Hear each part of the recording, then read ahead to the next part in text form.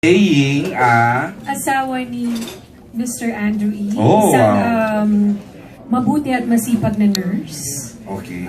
Mapagmahal na magulang. Nino po? Yun ang kailangan Secret natin. pa. Yeah, secret pa. Oh. Oo, secret pa. So yun yung madidiscover natin unti-unti dito sa Dolce Amor. Okay. Yes. So, hindi mo pwedeng sabihin sa amin kung kanino ka connected with the three, with Mateo, Liza, and Ken. Sabi nila no. Wag daw muna, baka Yes. ma-preempt. Yes. mystery of the story. Wow. Interesting. Ruben? Okay. Would you like to tell us something about your role and how did you audition for this? Yes. Mm-hmm. Yes. Are you based here? Yes, I'm based here. I Mhm. moved here 2 years ago from Italy. Oh. Yes. And my role is the husband of Cheryl, Mm-hmm. Roberto Marchesa. And I'm very happy that I was chosen. But I guess there are not so many Italians here that can speak Italian, English, and Tagalog. So maybe it also helped a little. Oh. Actually, I'm half Filipino. You speak Tagalog? Konti lang, hindi masyado. Marunong naman pala, hirap na hirap na. Konti lang. Yeah. Yeah, Are konti you lang. an actor by profession? Yes. I'm a director, Oh. but I'm also an actor. What? Okay, so you auditioned for the role and they got you got it. Actually, they called me Uh-huh. and I showed up. I met Direct Kathy and we had a talk and they chose me. Okay. Mabilis pala. It was, ano no? Oo. Ayun. Thank you, Ruben. Thank you very much. Gracias. Charot na. Ayan, Andrew, your role mukhang teleserye ito gabi-gabi. First time. Hindi ito showtime, First ha? time, Okay, idol. pwede ko na bang i-reveal sa inyo na ito yung first time ko na mag-teleserye. So, this is a new world for me. It's a new, a new place to spread the talent in any case kung meron man. But then again, Definitely naman, Cathy Garcia pumili, no? anyway, of course, ako po ang cheerer at magiting na asawa ni Sunshine Cruz dito. At nakahit sa bingit ng ng pahamak at bingit ng problema ay cheerer pa rin ako. I have to cheer up kasi dahil pag ako ang nag-crumble, mas lalo magka-crumble ang aking pamilya. So, kung napansin nyo, it's just like a split second scene kanina. Mukhang nahuhulaan nyo kung saan yung tinutukoy kung problem, no? Yung sa fence na And at the same time, ako po ay nagtatrabaho bilang OFW. So, doon nag-start ang aking role. And at the same time, to where my role is going, I got no idea, but then again, I'm in no liberty to tell anything. But then, pinakamaganda, pinakamasarap sa akin sabihin sa inyo would be, I would like to thank ABS-CBN and of course, Star.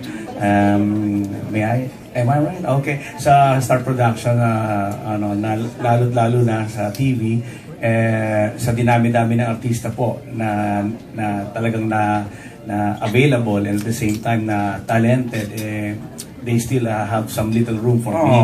So, thank you so much. And that's 100% appreciation. Yes, thank you, Andrew. Si Direk Bobot, the busiest celebrity now.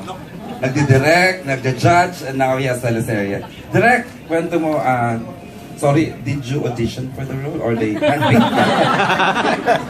Hindi, actually, aksidente lang talaga.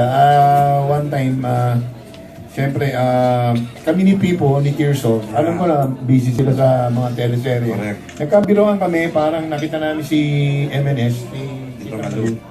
Sabi, gawa naman kami ng soap, magkasama kami. So sabi ko, sige, basta lokohan-lokohan lang, sasama ako. Nakwento din sa akin ni Tito Pipto eh.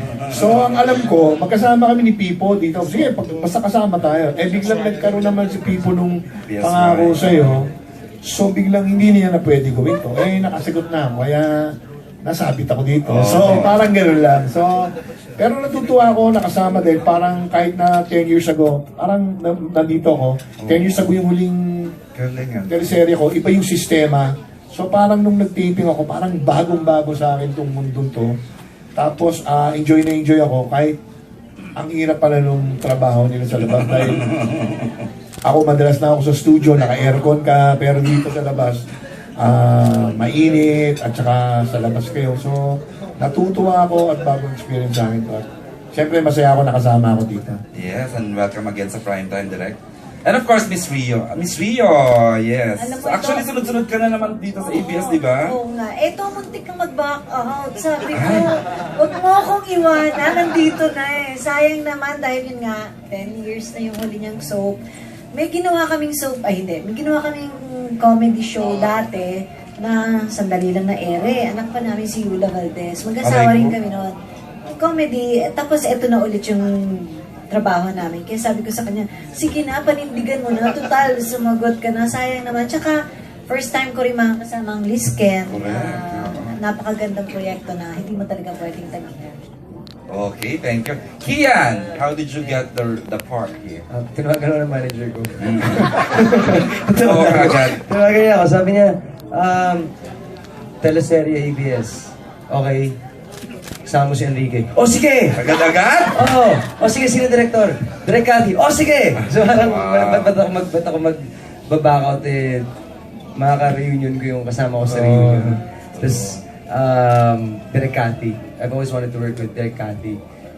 And Direk May din, sinabi ko naman sa kanila yun. Kaya parang, iba rin sa akin na, ibang approach din kasi, mga nakilala ko sila sa industriya at the same time, naging kaibigan ko. Ngayon, katrabaho kami Direk Bobot, kasama kami sa Banana. Okay. So parang ibang, kilala ko yung mga tao sa paligid. Kasama rin kami ni Matt sa mga ibang show. So parang, masaya lang to, riot lang to. Kasi sa taping nga, nagkikwentuhan lang kami. Hindi kayo maarte? Si Direk Bobot may sa araw, hindi maarte. Tulog lang siya. Oh. Nakaiga lang siya. Tapos buong araw talaga. So, ano yun, ang saya lang nito, ang good vibes ng Naman. nung buong show. Kita naman sa trailer. Eh. Yeah. Okay. And of course, sabi ko nga, I don't know if he's gonna admit, is this your biggest exposure sa primetime, Mateo? Kasi, le-level ka sa kugapuhan ni Ken. Oh my God, unbelievable, di ba? Tapos, di ba, magiging ka-love triangle. How does it feel to be working? Tapos lumalav din ka ulit, Mateo. It feels great. It feels great to kasama ko sila. Actually, last year, I wanted to focus on my album already. Yun yung nga Star eh, Music. oo. Pero lumapit yung Star Creatives. Sabi nila, Mateo, we have a project for you. It's called Dolce Amore. You're gonna shoot in Italy.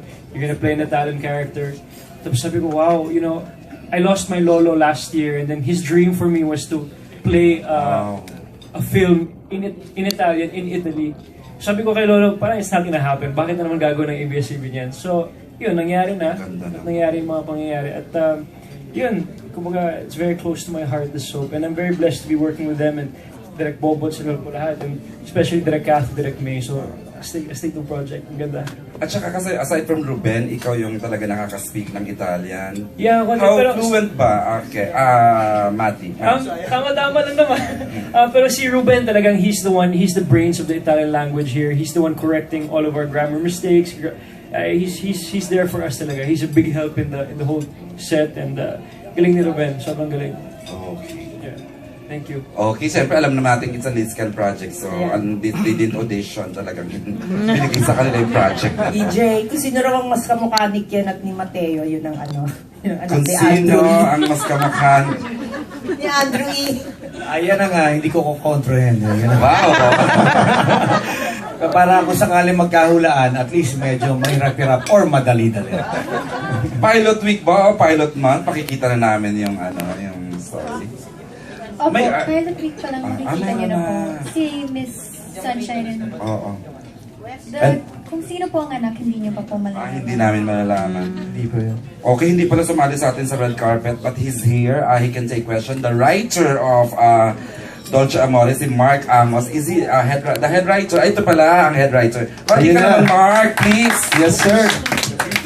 Good evening everyone, and thanks sa mga kaibigan natin sa press for being here. Alright. Okay, he can entertain questions about the plot.